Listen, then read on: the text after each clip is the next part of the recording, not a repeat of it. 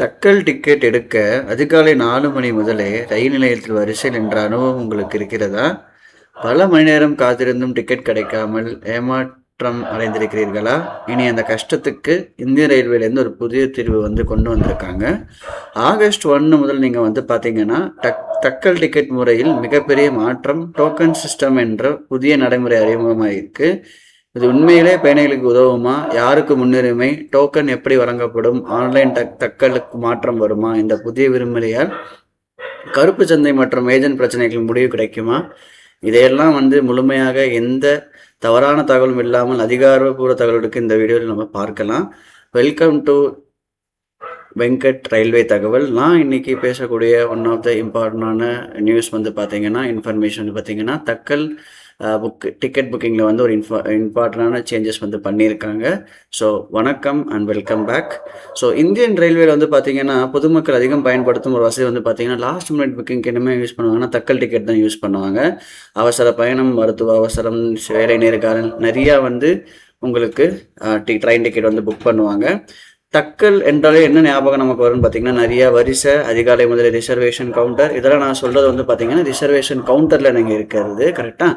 சண்டை, தள்ளுமில்லு, டிக்கெட் கிடைக்குமான்ற பதட்டம், இந்த பிரச்சனையை குறைக்க பார்த்தீங்கன்னா, தற்போது இந்தியன் ரயில்வேல ஒரு புதிய டோக்கன் சிஸ்டம் அறிமுகப்படுத்தியிருக்காங்க. இந்த நடைமுறை முதற்கட்டமாக பார்த்தீங்கன்னா, வெஸ்ட் சென்ட்ரல் ரயில்வே மண்டலத்தில் 2026 ஆகஸ்ட் 1 முதல் அமலுக்கு வருகிறது. வெஸ்ட் சென்ட்ரல் ரயில்வே, ஓகேங்களா? சதர்ன் ரயில்வேல west central railway. West central ரயில்வேல ஓகே ஆயிடுச்சுன்னா இந்த மெத்தடு உங்களுக்கு எல்லா டிவிஷன்ஸ் ரயில்வேஸ்லேயும் அப்டேட் பண்ணிடுவாங்க. ஏன் இந்த டோக்கன் சிஸ்டம்னு ஃபஸ்ட் பார்த்தீங்கன்னா, ரயில்வே அதிகாரிகள் கூறுவதன்படி தட்கல் புக்கிங் தொடங்குவதற்கு முன்பே ரிசர்வேஷன் கவுண்டர்களில் நூற்றுக்கணக்கான மக்கள் வரிசையில் நிற்பாங்க, கரெக்டுங்க இல்லையா? பலர் இரவு முதலே வரிசைப்படுத்தி நிற்பதும் சாதாரண விஷயமாகிவிட்டது. இப்போ ஆன்லைனில் புக்கிங் வந்தாலும் கவுண்டர் டிக்கெட், இந்த ஆன்லைன் புக்கிங் தெரியாதவங்களுக்கு கவுண்டர் டிக்கெட் எடுக்கிறவங்க பார்த்தீங்கன்னா முன்னாடியே நிற்பாங்க இல்லையா? இதனால் கூட்ட நெரிசல், தள்ளுமுள்ளு, சண்டைகள் நிறையா நமக்கு சிரமம் வந்துட்டு இருக்கு இல்லையா?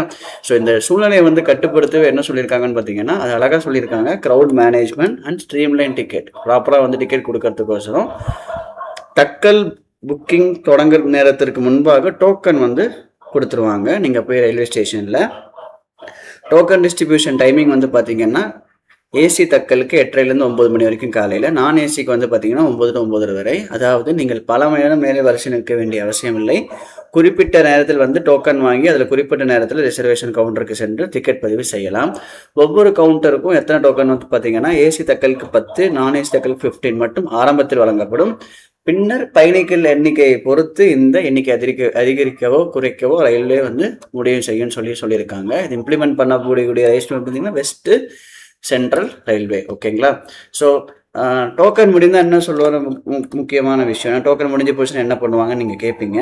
பலருக்கும் சந்தேகம் வரும் பார்த்தீங்கன்னா, 10 டோக்கன் முடிந்து விட்டால் டிக்கெட் கிடைக்காது. அப்படி இல்லை, டோக்கன் பெற்றவர்கள் முதல் புக்கிங் செய்வார்கள். அவர்களுக்கு பிறகு தட்கல் சீட் மிச்சம் இருந்தால் first come first serve. Railway பொறுத்த வரைக்கும் ஃபஸ்ட்டு கம் ஃபஸ்ட்டு சர்வ் தானே. ஸோ அதனால் பார்த்தீங்கன்னா ஃபஸ்ட்டு கம் ஃபஸ்ட்டு சர்வில் டிக்கெட் வழங்கப்படும், ஓகேங்களா? ஃபேமிலி புக்கிங் தனி முன்னுரிமை கொடுக்குறாங்க.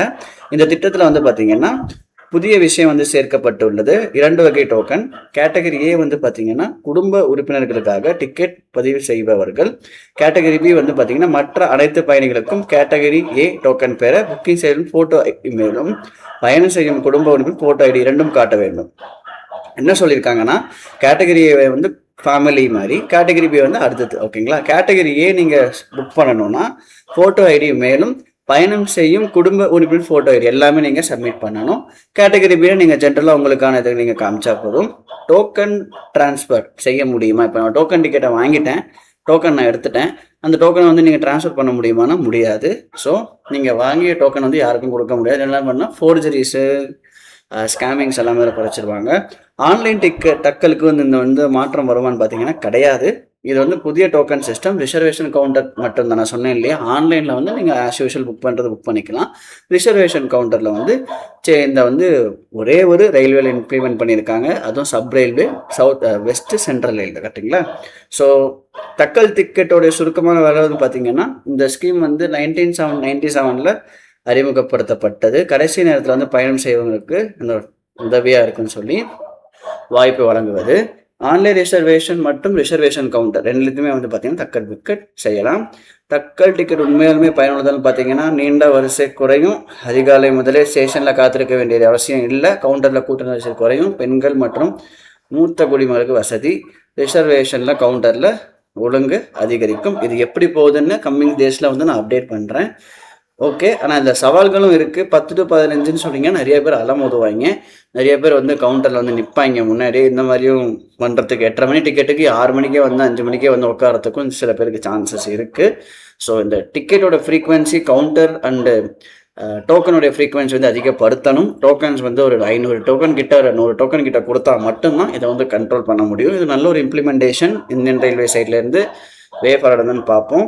ஸோ இதுதான் வந்து இன்றைக்கான ஒரு இம்பார்ட்டன்ட் அப்டேட். பிடிச்சிருந்தா டூ லைக் அண்ட் சப்ஸ்கிரைப் பண்ணுங்கள். நாளைக்கு ஒரு வீடியோ வந்து பார்ப்போம். ஸோ பாய்ங்க.